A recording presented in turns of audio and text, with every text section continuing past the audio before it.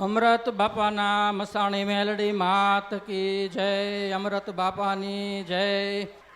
માં, આ મારી દીકરી પ્રિયા છે, મારા નાના દીકરાના ઘરેથી.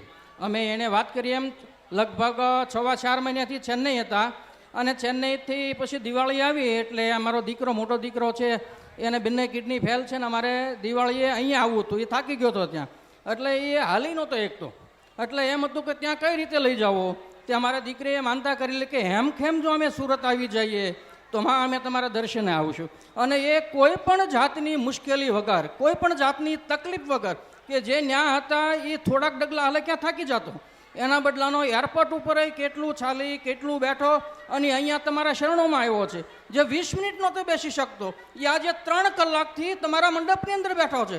આથી મોટું આશ્ચર્ય બીજું કયું હોઈ શકે?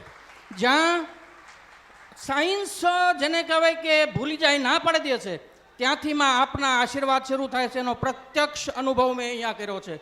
કારણ કે મારો દીકરો 20 મિનિટ નહોતો બેસી શકતો, એ આજે 3 કલાકથી આપના મંડપની અંદર બેઠો છે એમાં. અને એને એનર્જી આવી. આપનો જે આપણે કંઠી ને માળા, મેં આપની માળા અને આપનો પ્રસાદ એ ચેન્નઈ મંગાવ્યો હતો, અને એને કંઠી ધારણ કર્યા પછી, પ્રસાદ ધારણ કર્યા પછી એની અંદર ઘણો ફેરફાર અમને જણાનો. એની અંદર એનર્જી આવી પ્લસ બીજું એનું વેઇટ છે એ પણ અમે દેહમાં આવ્યા, એટલે 3.5 કિલો વધી ગયું, જે ઇમ્પોસિબલ છે. એટલે આ આપના આશીર્વાદ નથી તો બીજું શું છે એમાં? એટલે એમાં હજારો કરોડો અમારા ગુના છે, પણ માં અમે તમારા છે, તમે અમારા છો. અમારથી જે ગુના થયા હોય અમે આપના શરણોની અંદર આવ્યા છીએ.